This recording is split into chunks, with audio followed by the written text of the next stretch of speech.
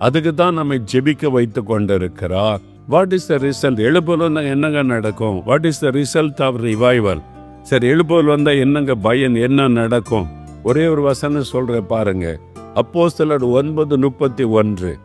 அப்போஸ்தலர் 9:31. எல்லாரும் எடுங்க. எழுப்புதல் வந்தா என்ன நடக்கும்? அப்பொழுது யூதேயா, கலிலேயா, சமாரியா நாடுகளிலெங்கும் சபைகள் சமாதானம் பெற்று பக்தி விருத்தி அடைந்து கர்த்தருக்கு பயப்படுகிற பயத்தோடும் பரிசுத்த ஆவியின் ஆறுதலோடும் நடந்து பெருகின. எழுப்புதலுடைய ரிசல்ட் என்ன? அந்த 9 அதிகாரத்தில் சொல்லப்பட்டிருக்கிறது. யூதேயா, கலிலேயா, சமாரியா நாடுகளில் எங்கும். நல்ல கவனிங்க. இஸ்ரவேல் தேசம் 3 பகுதிகளை உடையது. நீங்க நம்ம பைபிளுக்கு பின்னால் இருக்கிற மேப்பை பார்த்தா தெரியும். தென் பகுதி யூதேயா, அதுதான் எருசலேம், பெத்லகேம், பெத்தானியா, அந்த ஊரெல்லாம் இருக்கிறது. அது யூதேயா தேசம். வடபகுதி கலிலேயா. கலிலேயா கடலை சுற்றி இருக்கிற பகுதி. நேசரத்து, நாயிம், கானா ஊரு, அதெல்லாம் அங்கே இருக்கிறது வடபகுதி. 2க்கு மத்திய பகுதி சமாரியா. அந்த நாடு 3 பகுதியாக இருந்தது. தென்பகுதி யூதேயா, வடபகுதி கலிலேயா, மத்திய பகுதி சமாரியா.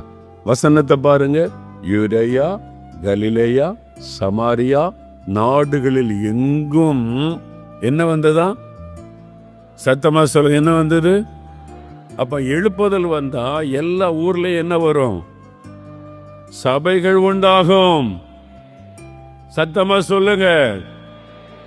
எழுப்புதலுடைய விளைவு என்ன? தேசம் முழுவதும் சபைகள் வந்து விடும். கிராமம் கிராமமாய் சபை வந்து விடும்.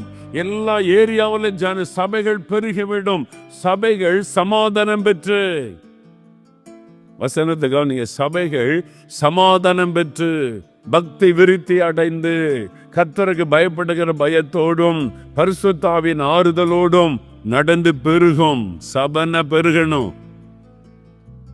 10 வருஷமா 40 விசுவாசியை வச்சுக்கிட்டு இருந்தீங்கன்னா சம்திங் ராங். உங்க சபை குறித்து தேவ திட்டம் நிறைவேறல.